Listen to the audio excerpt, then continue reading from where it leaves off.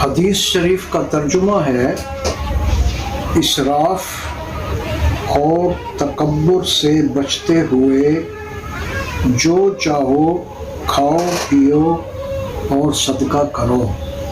इसराफ फजूल खर्ची को कहते हैं, तकब्बुर हद से ज़्यादा चीज़ों को ज़ाय करना।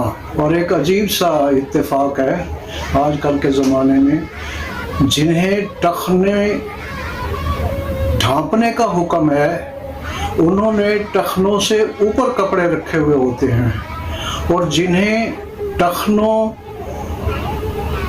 से ऊपर कपड़ा रखने का हुक्म है उन्होंने टखनों से नीचे अपने कपड़े रखे हुए होते हैं। अल्लाह ताला हमें अमल की तौफीक अता फरमाए।